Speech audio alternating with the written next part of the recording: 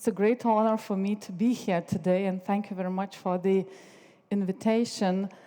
I would like to bring the governmental perspective today and to present you what we at the National Cybersecurity Center are doing and how we are trying to protect the critical infrastructure, the most important services for the government, and what is our role. So I will briefly talk about the critical infrastructure and how we at the National Cybersecurity work, and mainly what my team is doing. I'm very proud of my colleagues, and they are today here as well. So if you would like to talk to them more after the presentation, please do so. We are working on the cyber threat intel and supporting our companies and the governmental sector in Lithuania. And afterwards, of course, about this, what can we do together? Because, as Lance said, we don't have the choice to be in the different corners. We must cooperate.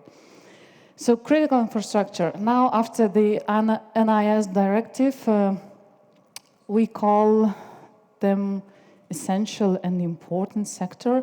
But first of all, we are dealing with those companies, private and governmental organizations, who provide the functions that are of the critical importance for the functioning of the state. So first of all, it's the importance of the functions. It's railway, airports, logistics, banks, energy, health sector, and others.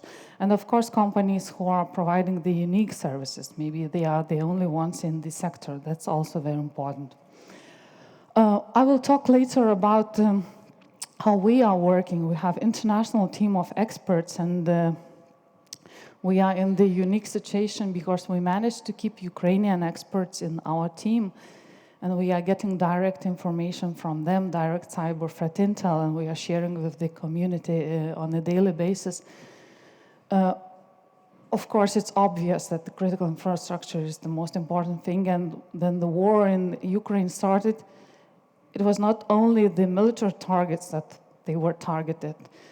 First of all, Russia tried to disrupt the main functions of the government, and we have analyzed the 5 sectors. It's military, gov, finance, energy, communications, and what we found that at the beginning of the war, there was a direct correlation between the cyber attacks and kinetic attacks. So it's usually, first of all, the cyber attacks were conducted by the Russian state actors, and after that, in 1 or 2 days, there were kinetic attacks. Sometimes they were not successful. If they are not successful in attacking the energy grid, so then they are throwing the bomb. And the main attack types, of course, it's DDoS ransomware and the Viper attacks against the banking sector as well. Here's some statistics. We are not in the unique situation in Lithuania. It's the whole Europe that faces the rising number of cyber attacks, and sometimes it's 100% more or even 400%. So what we see that, for example, comparing the information on DDoS, it's 4 times more DDoS attacks than we had in previous year. Ransomware as well. So we have cases of the so-called double extortion ransomware. Then the enemies encrypt the data, they receive the ransom, but they also then threaten to make it public, and again they are asking for the ransom. What else? The attacks on the critical infrastructure, of course, it's raising, and it's worrying, I would say. And with that information, what we do? At the National Cybersecurity Center, of course, starting from all those things that Lance also talked about, how we are protecting. So starting from the vulnerability management, incident management, learning platform, awareness raising, and other things that how we are supporting our stakeholders. my team, our team, is focusing on the cyber threat intel, and we want to be as useful as possible, as effective as possible, because not all the companies are capable of having their own cyber threat intel teams. It's very expensive to have cyber threat intel experts. Tools are expensive, and sometimes it's not enough to have expensive tools. You have to understand how to do the cyber threat intel. And here, I'm very proud that we have 25% of women cyber threat analysts in our team. So just wanted to mention this fact.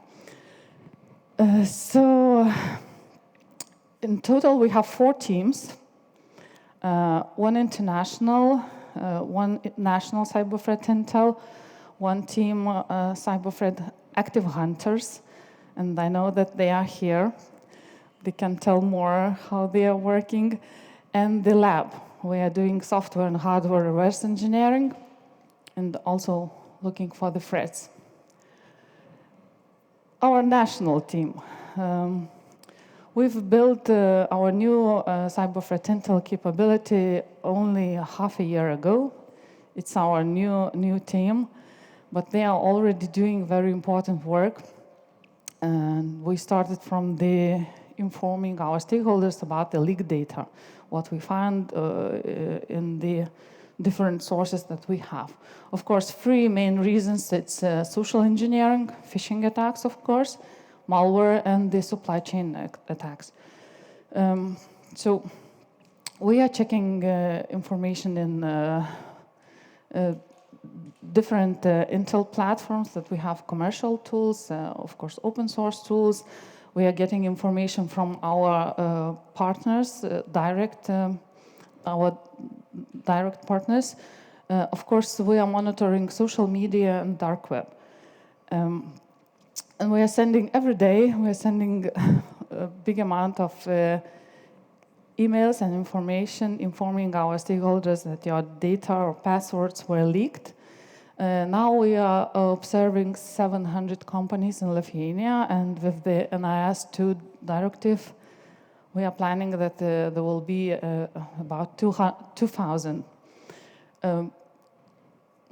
What we found that it's mostly internet host serving providers.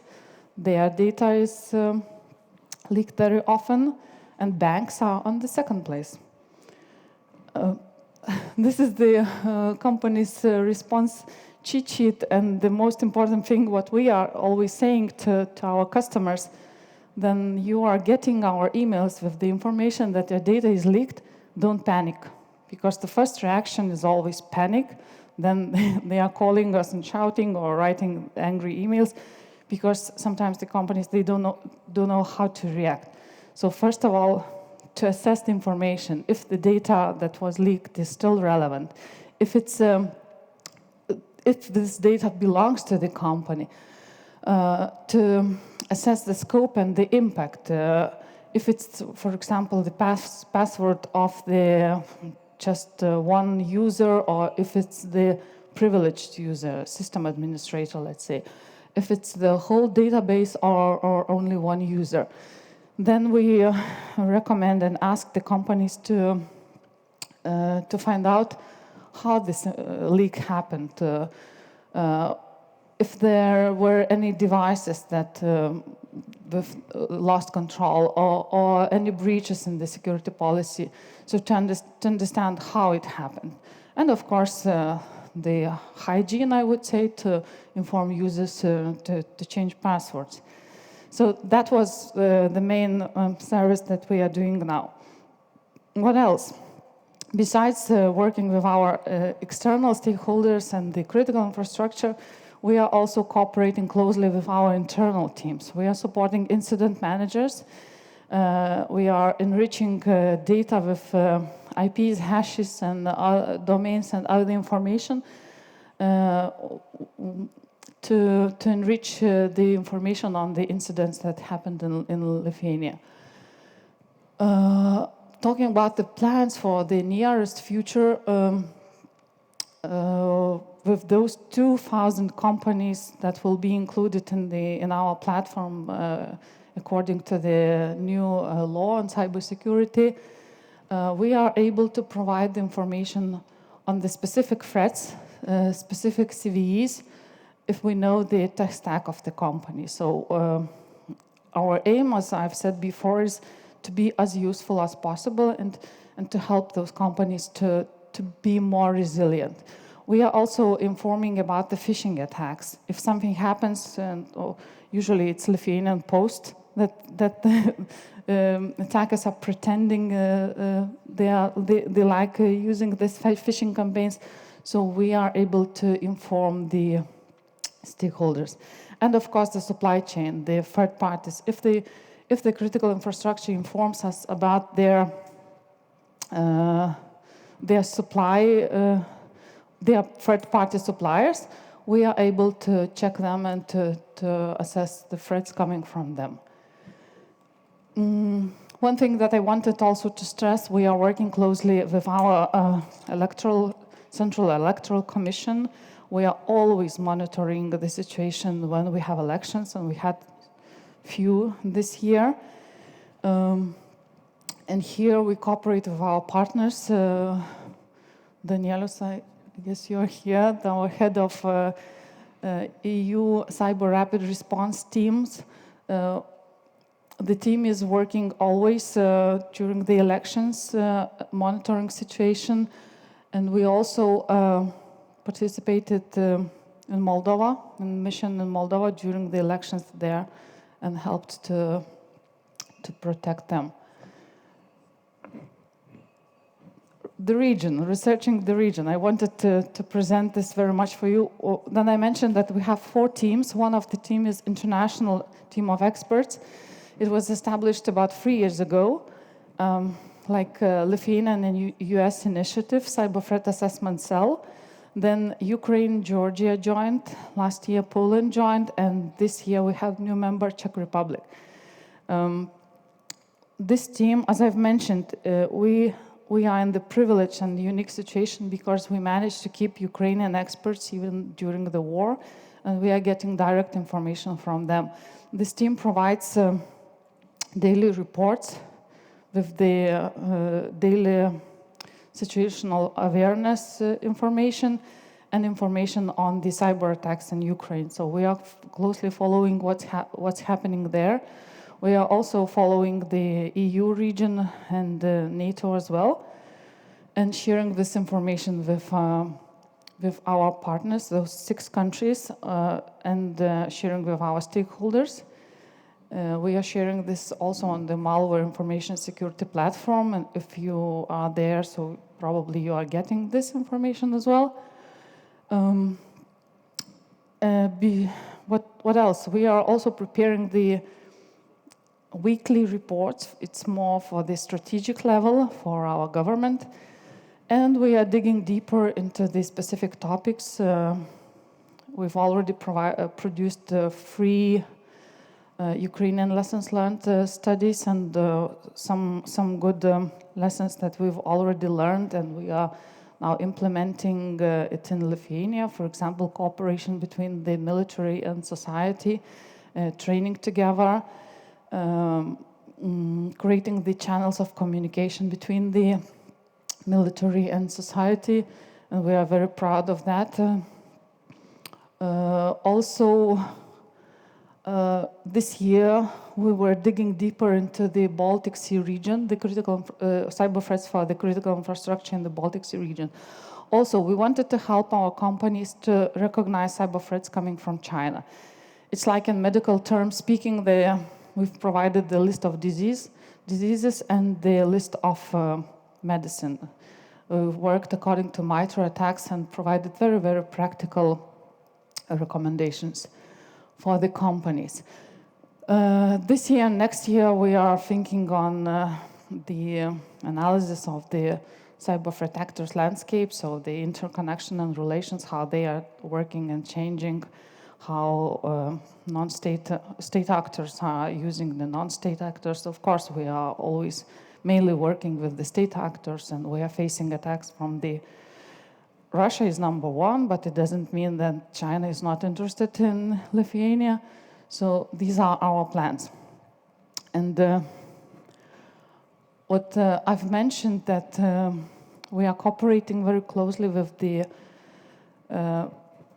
society. Sometimes people who are working in different companies, maybe even in Danske, on weekends, evenings, holidays, they are training together with us.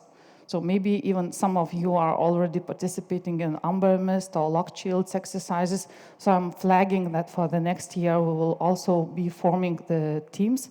We want to be prepared, to be more resilient and to work together and to know each other, because we believe it's the most important thing, and it's good for me to see some of the familiar faces from the private companies that we participated in the exercises before. So this is the thing that I wanted to mention. And of course, if you have any ideas how you would like to cooperate with us, or you see the perspective how we could work together, so please come and let's talk. And that's all that I wanted to tell you today. Thank you very much.